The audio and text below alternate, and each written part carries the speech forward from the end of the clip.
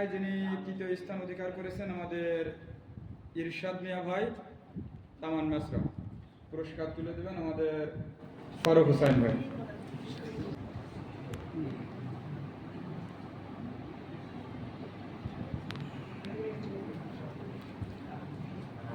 পুরস্কার তুলে দিচ্ছেন আমাদের ফারুক হোসেন ভাই।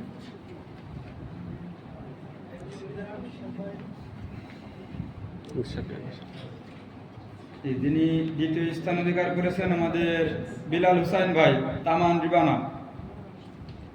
পুরস্কার তুলে দিচ্ছেন আমাদের শাহজাহান বাবুল ভাই।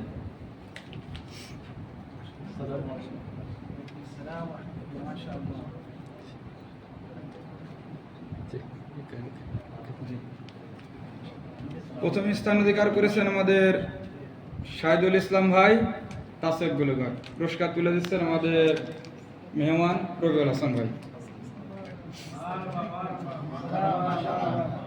মারহাবা।